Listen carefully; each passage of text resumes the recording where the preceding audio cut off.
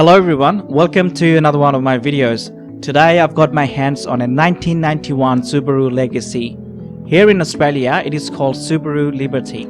This was a very important car for Subaru, as before this model, Subaru did not have any cars to offer in the mid-size segment.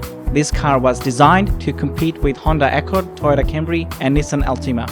This is the range-topping four-wheel drive heritage model, and pretty much everything was standard on this car. To name some of its features, it has front fog lamps, 14-inch alloy wheels with disc brakes, rear spoiler, central locking, air conditioning, cruise control, premium sound system with CD player, full leather interior, power windows, power mirrors, power antenna, and an electronic sunroof as well. Let us have a quick look at the seats and the boot of the car. We have really nice and comfortable leather seats at the back. They provide plenty of headroom and legroom for the passengers. You also have nice factory floor mats here. Similarly at the front, you have the same nice leather seats with 6-way adjustment to set yourself for a comfortable driving position. Here at the back, we have a decent sized carpeted boot. The rear seats can be folded down for additional storage capacity. Let me start the car and quickly show you the engine bay, followed by some exhaust sound.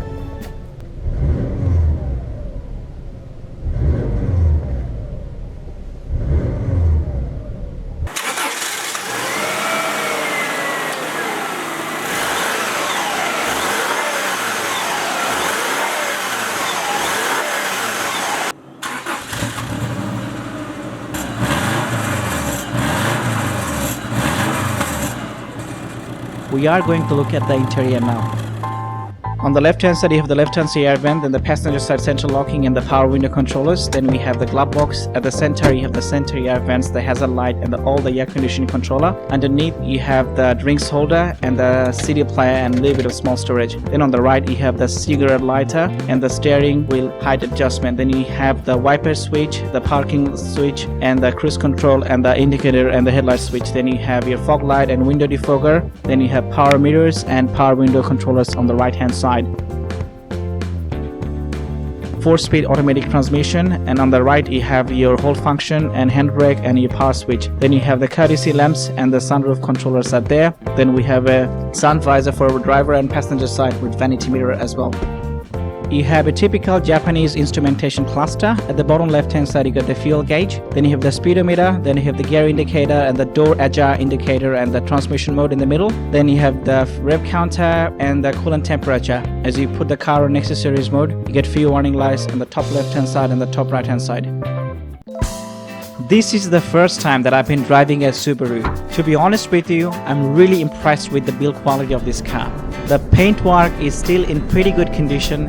Every single electronic function works perfectly. There is no loose trims or panels inside. Even the dash survived 27 South Australian summers without developing a single crack in it. The seats are very supportive and comfortable. Interior is quiet and the ride is comfortable as well.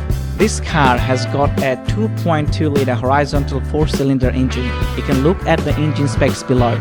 I would not call this a very powerful engine, but the 100 kilowatt power is delivered very smoothly from 2000 RPM and onwards. When you really put your foot down, the car does pull okay, and you would not have any problem overtaking other cars while driving in the highway either. Also, let us not forget about the unique exhaust note that the Boxer engine makes. At the time of its release, it was one of the very few sedans with constant four-wheel drive with an automatic transmission. Normally, I do not like automatic transmission cars, but the performance of this electronically controlled 4-speed gearbox is quite good.